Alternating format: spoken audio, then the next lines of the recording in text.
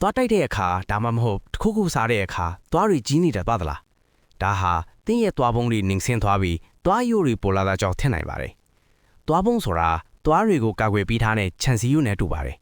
တခါတည်းရန်မှာအဲ့ဒီခြံစည်းရိုးဟာပါလွှတ်သွားတာဒါမှမဟုတ်ကျုံသွားတတ်ပြီးသွားရဲ့အမြင့်ပိုင်းတွေပေါ်လာတတ်ပါတယ်ဒီလိုဖြစ်လာရင်အပိုးအေးတန်ကိုပိုခန်းစားရယုံတွေမကပဲသွားကိုပါထိခိုက်စေနိုင်ပါတယ်